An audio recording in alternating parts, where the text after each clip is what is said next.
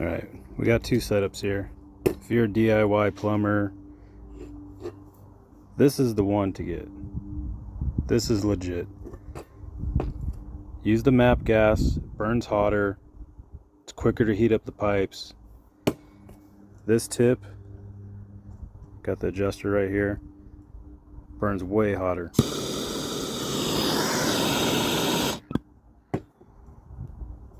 This one, propane with a little tip.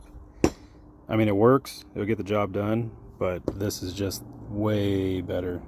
I mean, this is like a 4-cylinder car, Toyota to like a Corvette.